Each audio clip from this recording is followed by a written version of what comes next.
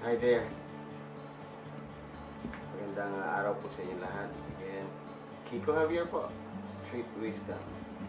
Anyway, I just want to share this, that this is very important for me. Yesterday, no, I had my tooth extracted. No, ewan ko kung halata pa, medyo maga.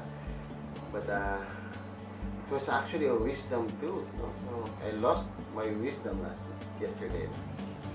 But well, I just want to share the experience because I was trying to process it. No?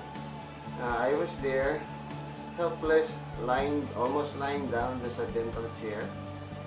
And parang isang bata, na parang gusto mag-aawa sa dentista na, Dok, pwede ba mo masakit? Alright, so I am 42 years old and I'm still in that situation. I'm just helpless. And okay, so everything went on, no? The dentist tried her best, all her best, no? And it was so obvious na it was not that easy, no? Natagalan siya. And she was twisting, pulling, doing everything she can. And finally, kailangan pa niyang hatiin yung ipin. So I was actually feeling pain, no? I was in pain. During the whole process, no? Sabi ko, Lord. And I was praying silently on my thoughts. Lord, give me a miracle, Lord. Let this finish. Parang sabi ko, Lord, what I have done, ano bang ginawa ko? Then I just realized, I started asking God, no? I was asking that question, Lord, why do people have to bear pain? No? Like a simple tooth extraction, no? Wala namang kailangan may kasalanan, but it's just part of life, no? So I was asking, no? And I would like to relate it to you who's listening, no? I'm sure probably you can relate to me that you have questioned God.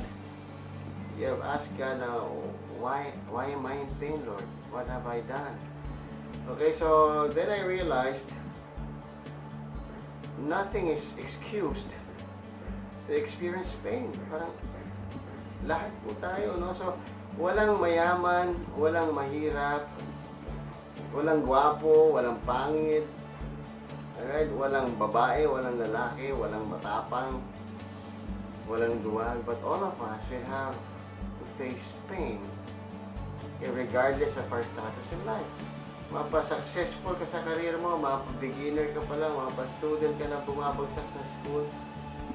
Pero specifically, in this example, a toothache or tooth extraction, nobody's excuse. Every one of us will have to undergo pain. Alright, so as I ponder about it, as I ask God why, I got answers. And that's a good thing. That's why gusto ko i-share sa inyo. First, pain is an ingredient for growth.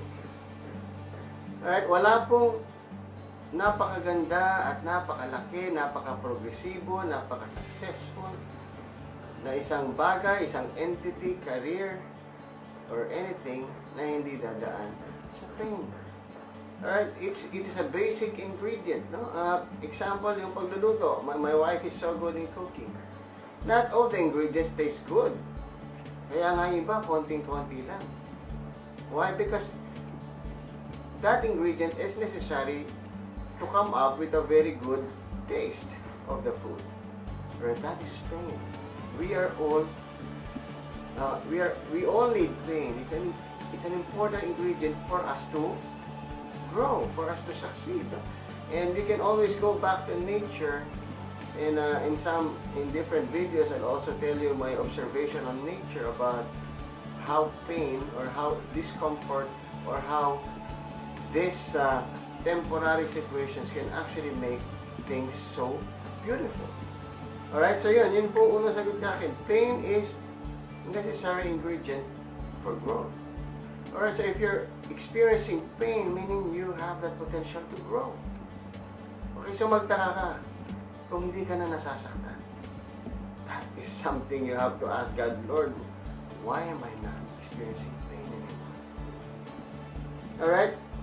Second na answer na nakuha ko is pain resets us. No? Inire-reset niya from us being numb to pleasure. Alright? nagiging numb na tayo sa mga pleasurable things in life. Parang hindi na natin na-appreciate. When we experience pain, when we experience discomfort, we are being reset. Alam niyo, nire-reset back to zero. Then you realize how important, how valuable, how good the blessings that you have if you are being reset to zero. And most of the time, that is pain. Alright? Because pain is the opposite of pleasure. Alam po natin. So if we experience pain, we can look forward to experiencing a greater appreciation of pleasure. Okay? Pain resets us from being numb, manhid na, to pleasure. So, because of this experience, I started realizing, wow, ang sarap pala ng hindi binubunutan. Ang sarap palang alagaan na lang yung mga ipin ko para hindi na ako magkakaroon ng sirang ipin, hindi na ako magpapabuno. So, I started appreciating the pleasure and the benefit of taking care of what God already gave us.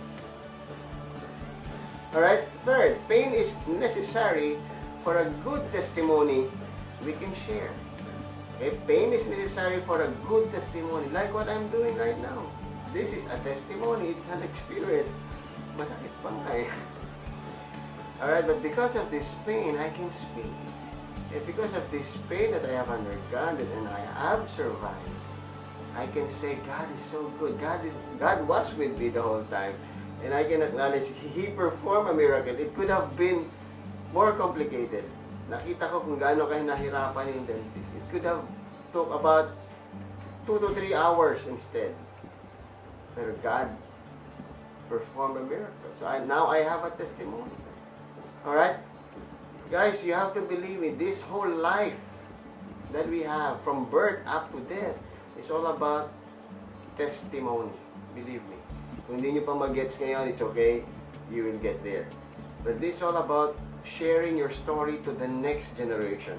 Sharing your story to the next person who might be experiencing the same thing at that exact moment.